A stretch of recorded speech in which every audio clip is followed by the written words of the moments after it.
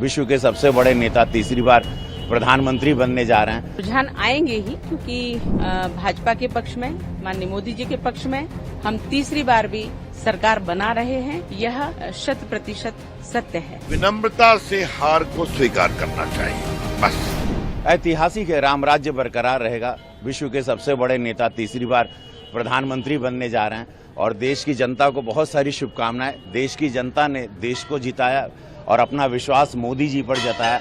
गरीबों, वंचितों, बेटियों, मातृशक्ति सब ने, किसानों ने, एक एक व्यक्ति ने, एक एक गरीब जो लाभार्थी रहा, वो आज प्रधानमंत्री जी को तीसरी बार प्रधानमंत्री बनाने जा रहा है। समस्त देश को, इस भारत को, इस नए भारत को, इस राम राज्य वाले भारत में सभी को ढेर सारी शुभकामनाएं। जय श्री राम, जय बजरंगबली। रुझान आएंगे ही, क्योंकि भाजपा के पक्ष में, माननीय मोदी जी के पक्ष में हम तीसरी बार भी सरकार बना रहे हैं। यह 100% सत्य है और जो रुझान है वो हमारे पक्ष में है और जो निर्णय होगा शाम को वह भी हमारे पक्ष में होगा।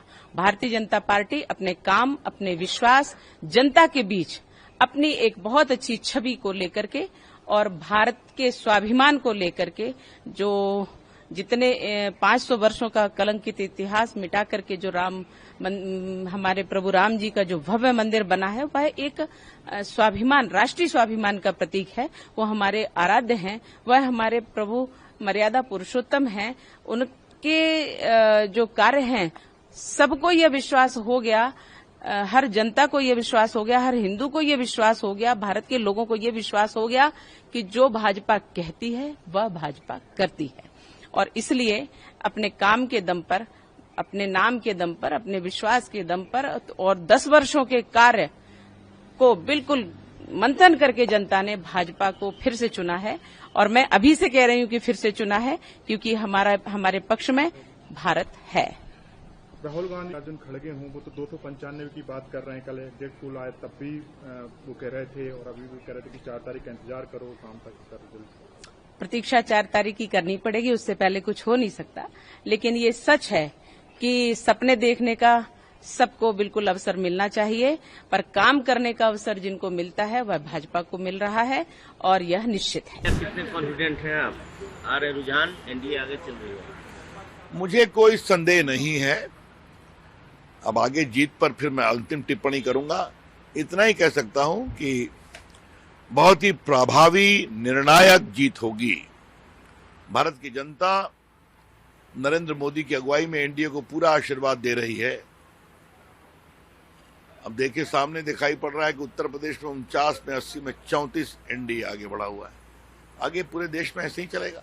जीते पे सवाल लोग खड़े कर रहे हैं और जनता से उन्होंने अपील की है कि सर पे कफन बांध के निकले, अगर ये गड़बड़ से विरोध करें। मैं क्या बोलूं इसका? तेलंगाना में जीत जाए कांग्रेस तो ईवीएम ठीक है, बंगाल में ममता जीते तो ईवीएम ठीक है, हिमाचल में, कर्नाटका में जीत जाए कांग्रेस तो ईवीएम ठीक है और हार जाए तो ईवीएम गड़बड़ है। ऐसा कैसे चलेगा? ये तो ठीक नहीं है। साउथ में कुछ उम्मीद है इस बार? काफी, बहुत उम्मीद है। आप निश्चिंत रहिए, अंतिम निर्णय की प्रतीक्षा करिए, बहुत प्रभावी जीतेंगे। इंडिया लाइन कुछ सलाह देंगे? विनम्रता से हार को स्वीकार करना चाहिए, बस।